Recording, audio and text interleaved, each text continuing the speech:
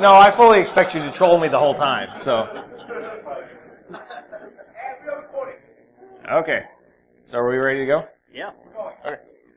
All right. Speaker Scott Thomas from Detroit, and I hope you're here for the Beating the InfoSec Learning Curve. I want to make sure that you visit our sponsors, and also I teach here at Lipscomb. I just appreciate everybody coming down to our small campus, and I hope you have a really good time while you're down here, especially tonight. So, Scott. Thanks.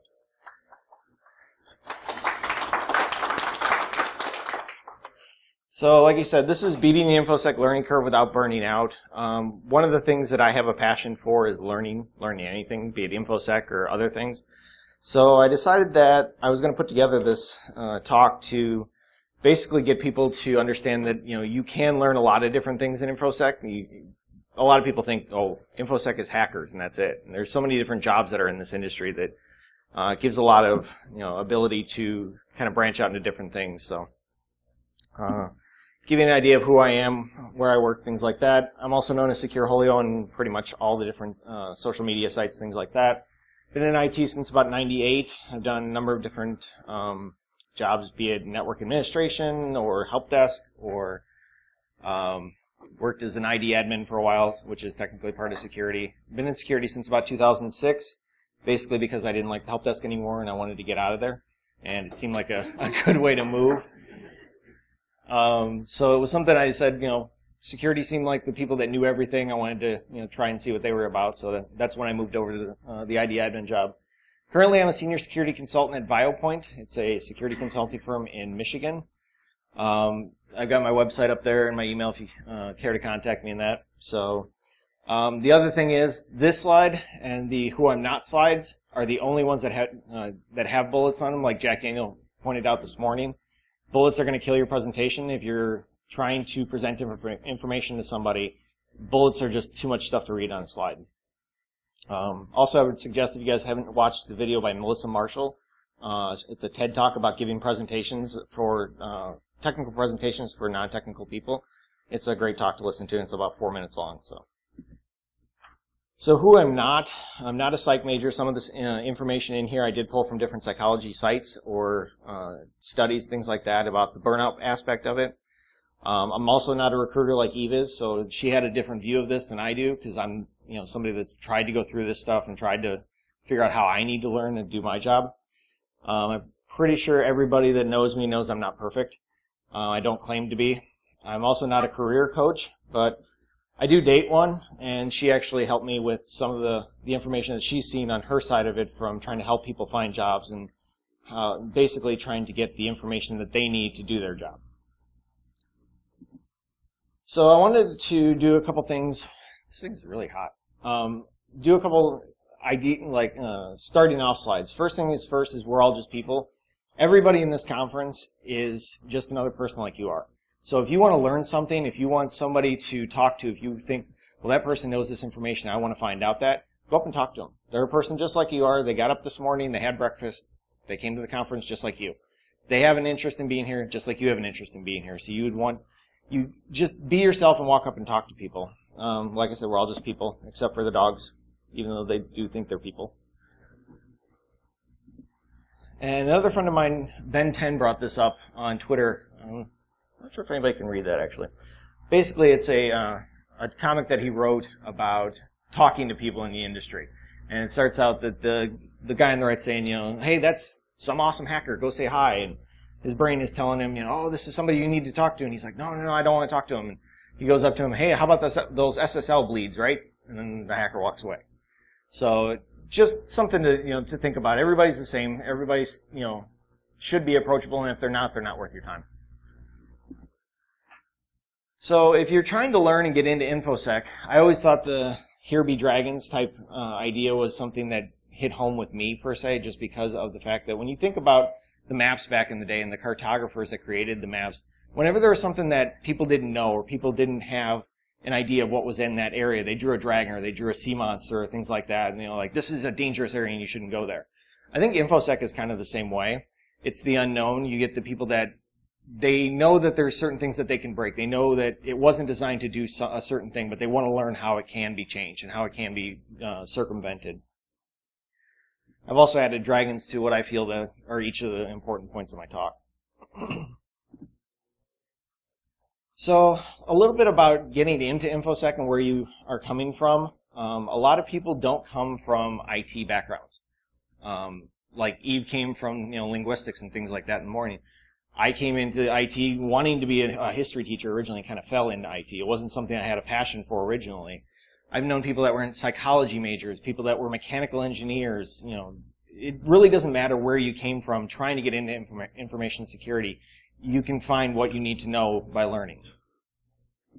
So as an example, maybe you came from law enforcement and you said, well, you can't arrest people for not using a secure password. You can't arrest people for not encrypting their data, although we would like to sometimes. But you have to ask yourself, you're like, well, what can I offer for a job in information security? What can I bring to the table? I talked to a person this morning that they were in construction before they came into IT. Completely separate. I mean, they had nothing to do with each other, but they came in and they're at a security conference now. So it's something that everybody can come from any different area and offer something.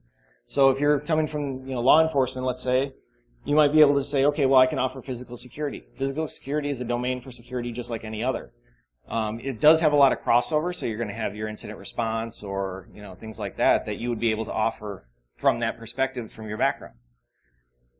Maybe you came as an accountant and you say, okay, well, I've got lots of numbers I deal with. I have exact counts. Why is this number one off? Things like that. I actually had a little bit of my OCD that shows through on that when I was younger. My mom always told me I had to balance my checkbook. I would spend hours if I was a nickel off, trying to figure out where I was missing that nickel. So there's actually a story about, I don't know if anybody's read it, called The Cuckoo's Egg. And it was a story about a person who was an accountant that was tasked to try and find why there's a 75-cent error on the computer usage back in, when people charge for computer time. That 75-cent error turned out to be someone who hacked in and was using the system for, I think it was 9 minutes or something like that. And that was, enough that the 75 cents led them to finding out someone who was hacking into their system. So, you can bring things from other industries as well. And I think if you're an accountant, maybe you're bringing your attention to detail. People need metrics. People need, attention to detail for SIM, incident response, things like that. That attention to detail is really going to help you out. Maybe you're a teacher. We need teachers. Horribly bad need teachers. Lots of people can do, and there's a lot of people in the industry that are very good at some things, whatever it may be. But they're not necessarily good at teaching those same things. They may be able to, and I'll talk about this a little bit later as far as from my perspective, I can do a lot of things, but I can't necessarily teach someone exactly why I know something.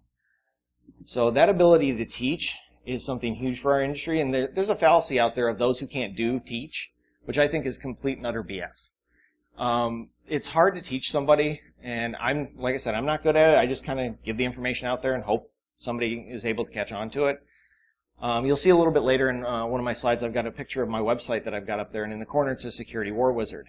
If you guys have ever read Terry Goodkind, he wrote a book called the Sword of Truth series. And in that series is a character who's a war wizard. He can't be taught how to use magic. It just comes intuitively to him whenever he needs it. And I kind of get that feeling from my perspective of, I took the CISSP exam. I can't name the 10 domains off the top of my head. If I need something from my knowledge, I can talk about it, but it's not something I can just spout off on. So if you're really good at teaching and you know InfoSec, then that's a bonus that we're definitely need in the industry. And coincidentally, my manager will only hire people that have some sort of an ability to teach, be it, in InfoSec or not, be it, maybe they teach martial arts, but the ability to show somebody else what you know, or at least be able to slightly explain it, is something that he values really highly. Some people did come from IT. Maybe you say, oh, I'm a firewall jockey and I don't know security, but I had the same issue when I was moving from my last company to the company I'm at now. When I was trying to figure out how can I get out of that company and get into a better job, I was kind of defeating myself, saying, well, I only know my old company's technology. I only know how that stuff works. And so you get to where you don't think that you know enough information, and so you kind of almost stagnate yourself in your current job. I think though that if you come from technology, you can have a lot of problem-solving skills. So maybe something doesn't work right, maybe the server went down, and you know why it went down. That's something that's huge in the industry, because you should be able to help the people that are breaking it at that point determine why it was broken and how to defend against it. So maybe you work with the build, if you're a builder or an infrastructure person, you work with the breakers to try and understand why it broke and how to get to work with it better. Maybe you worked in a service industry, or you're a mechanic or a barista or something like that, and you go home and you work with technology, and you're like, well, what can I bring to that infosec side of things? Customer service is a huge thing as well. You're going to end up having to talk to the business, having to talk to people and tell them things that maybe they're not going to want to hear. And that ability to be polite and be, respectful to that person you're talking to is going to be a definite benefit to you. So if after all that you decide, yeah, I still want to get into information security, that's great, because we have a lot of jobs. No, really. We have a lot of jobs. That was about 20 different titles, I think, created that slide, and that's not all of them. So you're going to end up with a lot of different jobs that maybe don't even have anything to do with one another. Maybe it's something where, you're just starting out and you're an IT administrator like I was. Maybe you've worked in IT for a number of years and you're going to go into firewall administration, or, maybe you want to try pen testing. It's just, there's so many different jobs to do that you're never going to, tire of different things to try. And that brings me up to kind of the first part of this this talk is there's so many different jobs in InfoSec. There's a lot of different paths you can take. So, and this comes up to the audience participation part. So when somebody says, I'm a doctor, what's the first question you ask them?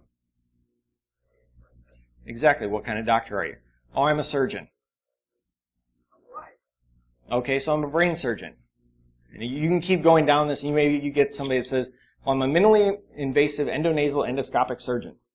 That gets pretty defined. And you start to think, oh, okay, that's someone who goes through the nasal cavity to do brain surgery. That's a pretty specialized skill. InfoSec goes the same way, but when someone asks you, well, I work in InfoSec, what's the next question you ask them? Most people are going to say, do you get to carry a gun? People think physical security a lot of times is the only security they know. So our industry hasn't gotten to the point that it's widespread enough that people realize that there's so many different jobs you can do. So let's suggest some ground rules, and this is one of the dragons that I put up there. And Eve will probably back me up on this. That should not be your resume if you're starting out in information security. So many people want to put every word they've ever heard of in technology on their resume. It's great to learn, it's great to know stuff, but you shouldn't be throwing every word that you've ever heard out there. So I mentioned this is my website. It's run on CentOS minimum on a DMZ in my desktop off of my network at home. I manually created IP tables for it. I run encrypted SSH. None of that goes on my resume. I'll never claim I know CentOS. I'll never claim that I know how to run a website. That's not something that I'm good at. That's not something I'm going to put on my resume for recruiters to contact me about and say, hey, I've seen keyword like Eve's talked this morning. I don't want them contacting me on that because I don't know it. You want to tailor your resume to what you're actually looking for. And speaking of applying for jobs, anybody here like spam? Well, other than Belt, who decides that he likes to play around with it. Nobody likes spam, so don't send your resume out to every job that you're seeing in the security realm. Figure out what kind of jobs you're looking for and tailor your learning and your job search to the same one. So with all that said, you decide that you are going to switch careers. Maybe you're like, okay, yeah, this InfoSec thing seems kind of cool. I'm going to try it out and see what happens. Think you can make the leap? You have new work, new things to learn. How do you do it, and can you do it? Basically, you have to start thinking about, is this a small shift in my job title? Is this something I've been doing for years? Is this something completely different than what I've ever done? And you have to figure out if the industry is right for you also, or if you end up confused like the dog. I had to put more dogs in the slide, so my slide to dog ratio was too low. So, does anybody know how you would know if you're in the right industry and if it's a good fit for you? Okay. What would teach you that you were liking it?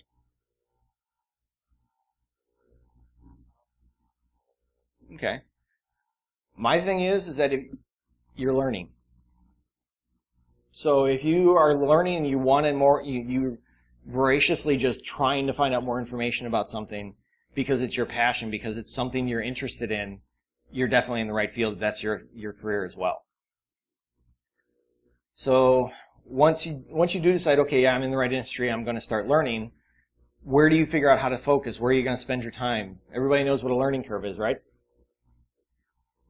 So this is the ideal learning curve. So X number of time units gets X number of widgets learning, or whatever you want to tag to it, be it new subjects or more information on the same subject, whatever. But it's never this perfect. You never get a perfect slant of I put in this much time, I get this much learning from it. A lot more common, you end up with you put in a little bit of time right off the bat and you learn a whole bunch because it's a lot of entry-level knowledge. And you kind of level off a little bit as you keep putting more time into it. Maybe you become an expert in that field and you learn tips and tricks and things like that. But as you go along, you also end up with things like deadlines and other jobs and things that you're going to end up learning that are going to take your time as well. Another type is the epiphany curve, which is kind of like that aha moment. You spend a whole lot of time going through something, you're starting to go through and you're like, okay, I'm learning some stuff, but I'm really not catching on yet. Then you have that moment where everything all clicks, it all makes sense, and you learn a whole just mess of stuff right at once. The one thing that I would like to bring up, though, did I go too far? I went too far. So why do you want to learn? That's the question you have to start asking yourself. Is this something that you want to get into InfoSec because you want to break things, or you want to defend things, or you just want to make more money, or maybe just like I am, I love learning new things. So even if it's something I have a complete disinterest in from a job perspective, I'll go Google something I don't know. So you have to kind of figure out what's the reason that you're coming into this industry and why do you want to be here. Once you do, you say, okay, well, I need to learn.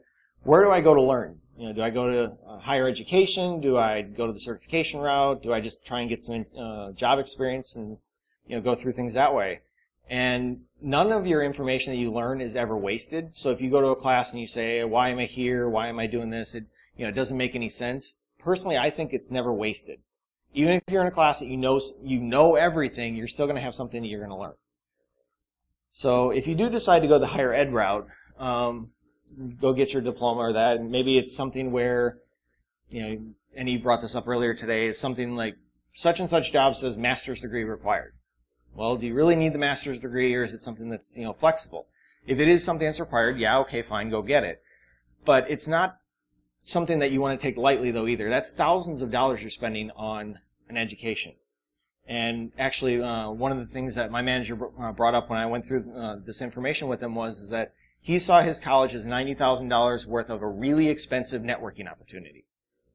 So it's something where you're going to get a lot of your connections that way, but you're not going to necessarily learn the stuff that you need for your job going forward.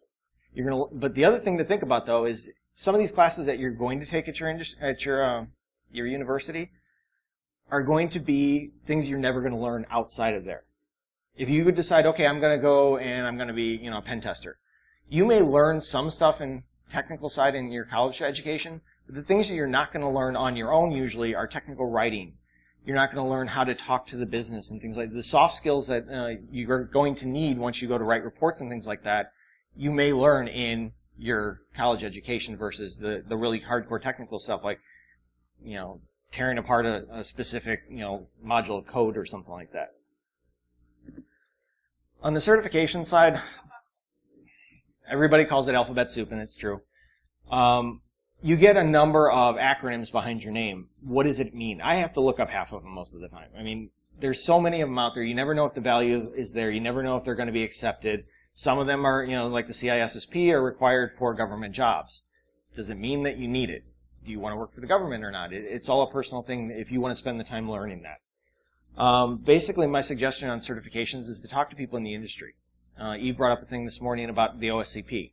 OSCP, I have not taken it, but from what I've heard, is a incredibly hard certification. Okay, cool. Yeah. I've taken the CISSP.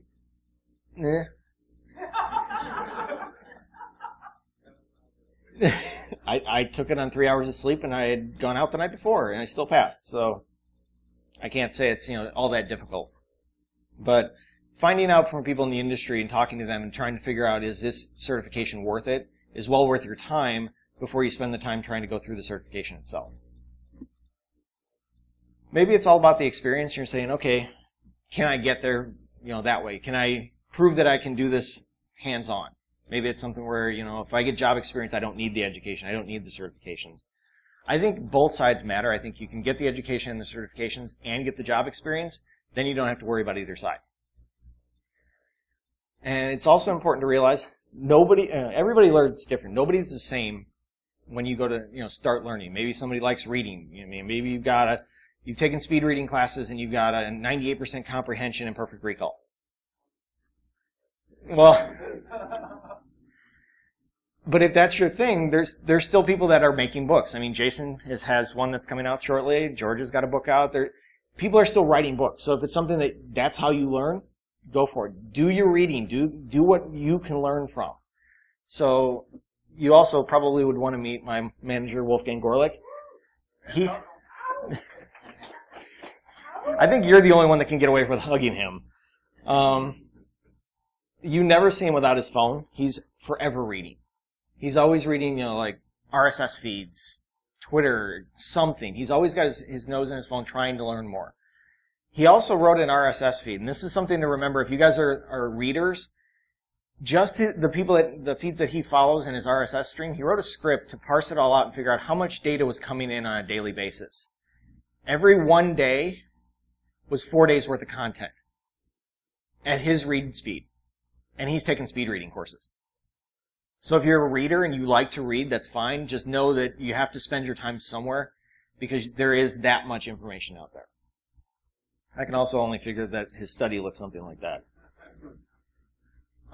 He says he reads about 20 books a month and about 300 articles a month. He also has a 3-hour commute and he listens to a lot of audiobooks. So.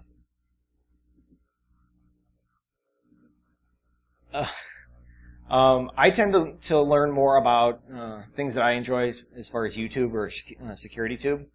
I grab some food, grab a beer or whatever, and I have a seat and watch a video on whatever. If you go into SecurityTube and type in the word intro, there's over 200 videos just on intro to something. So that's another option to put out there. There's over 10,000 videos on SecurityTube. So it's a huge resource for everybody. At one point, I had some talks on there, and they got pulled. I don't know why. So, also a good thing that when you go to learn on the internet, you never know who's going to be teaching you. It might be me, or maybe you're more the hands-on type. You're like, hey, where's my solder gun? I need to do something. I need to feel something in my hands. I need to be able to touch it and understand it and break it down. Then you're probably going to be friends with Belt. Say hi, Belt. Trolling goes both ways. So my friend Mark back there is a coworker of mine. He also goes by Beltface. He likes to tinker. No, he really likes to tinker. Like, he automated his apartment with Raspberry Pis that control lights and his Nest thermostat and his alarm and a whole mess of other stuff. So he really likes to play around with stuff. One of the things we got at the office was the Pony Express. A lot of people have probably heard about that. It's a $4,000 security appliance. Belt's first thought on it? Let me take it apart. We hadn't even used it yet. Yeah, our pen test lead was not happy with that one. So, other considerations that you can think about is, are you the smartest person in the room? If you are, you're in the wrong room. And I really believe that.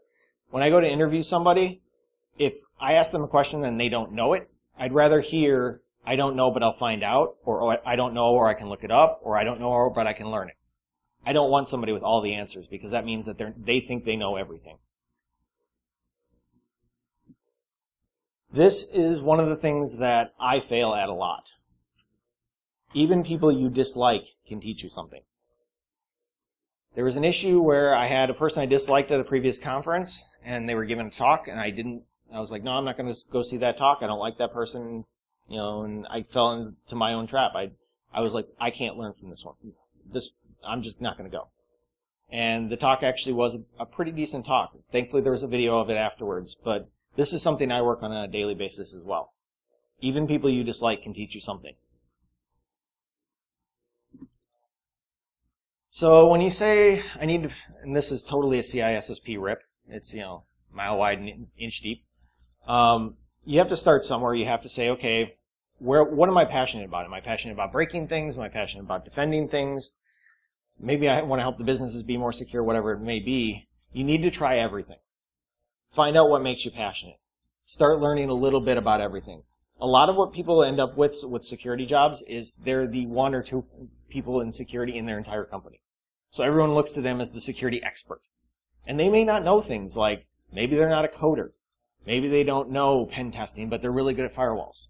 I mean, it's all relative to what you're passionate about and what you're good at.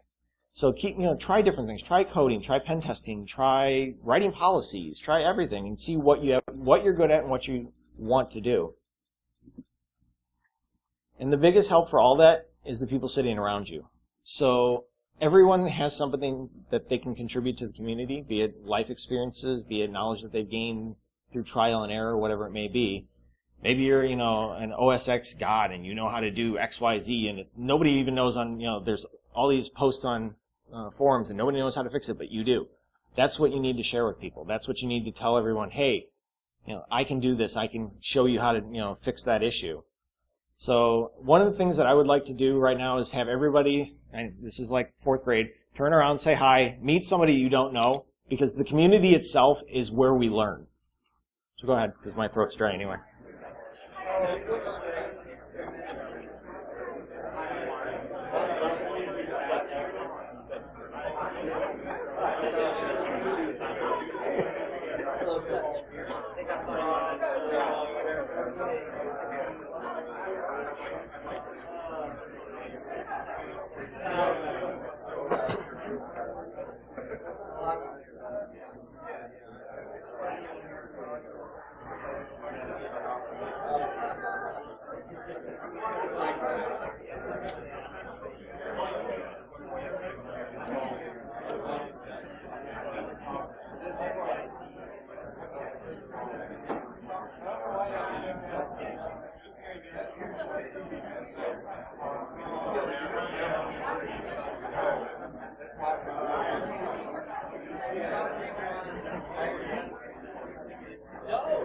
All right.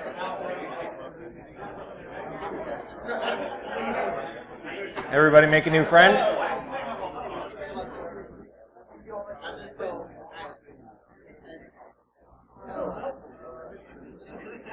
Hopefully everybody got a chance to meet somebody new. So when you do decide to start learning, you have to figure out, okay, I need to learn from, whoever it is. Maybe it's classes or whatever. You have to figure out who's responsible. Who's responsible for your learning? I don't know does everybody know what a RACI chart is? A RACI chart? What?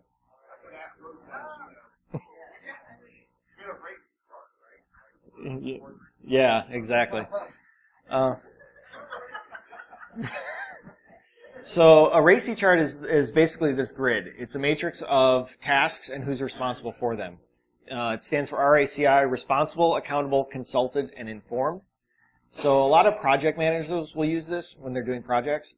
And it basically is something that you have to determine what the tasks are that are needed to do a certain job, in this case learning, and who are the people that are responsible, accountable, consulted, or informed about those tasks. So as an example, making the time to learn. You're responsible and accountable for making the time to learn. Pretty self-explanatory, right? But maybe your peers, mentors might be consulted as far as how much time to learn. You're learning Python. About how long should you take to learn Python? Your boss and your family and friends may be informed. Hey, I'm starting to learn something. I'm not going to be as available as I was before. But making money for learning, lab resources, peers and mentors, things like that, transferring knowledge.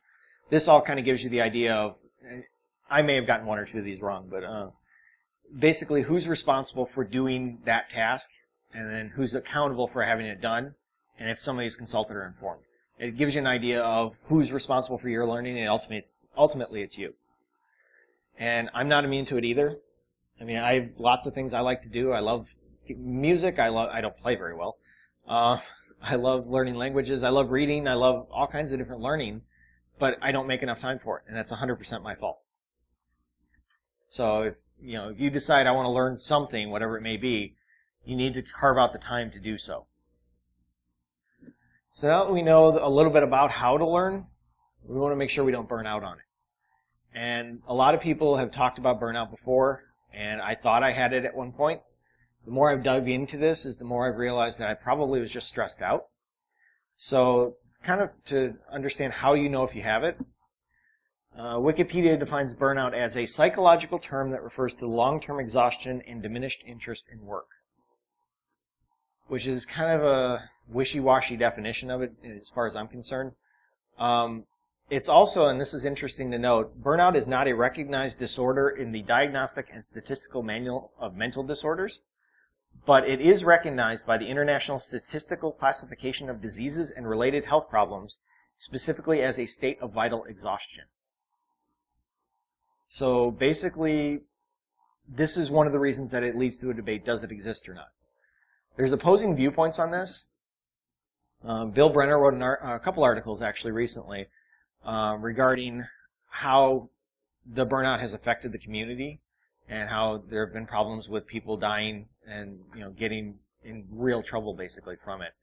And I agree with him on a number of the views as far as this is, if it does to get to that point, that person needs help, we need to get them the help that they need. And if it's something where you feel that you're in that situation, talk to somebody, because the community, again, needs to be there for everybody. Cryptia had a little bit different take on it. He said, where's the research? We haven't done any research in this community, per se, like a statistical research on it, to try and determine if it's a real thing and if it's more prevalent in this industry than it is in others. His ideas, though, say basically that complaining about it won't solve it, and that we're supposed to be, as security professionals, we're the canary in the coal mine. We're the ones that we let the business know that, hey, we've got this issue, the business signs off on it, that's all you can do. A lot of times, because we care, though, you end up that it affects you personally.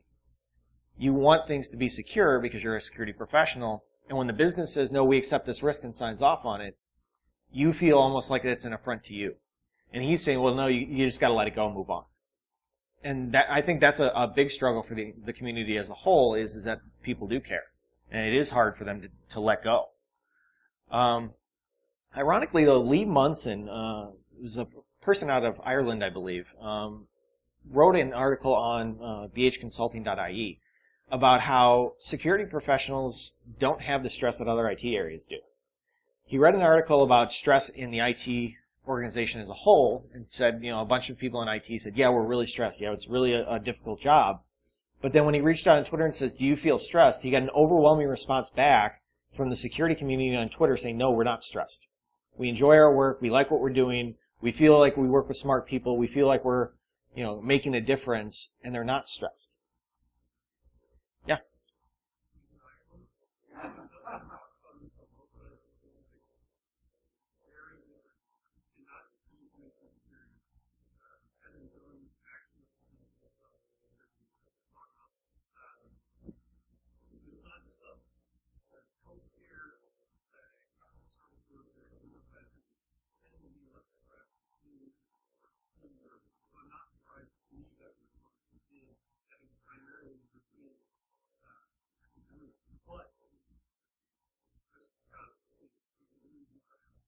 Yeah, I agree. I think each of the different viewpoints has valid points that they bring up.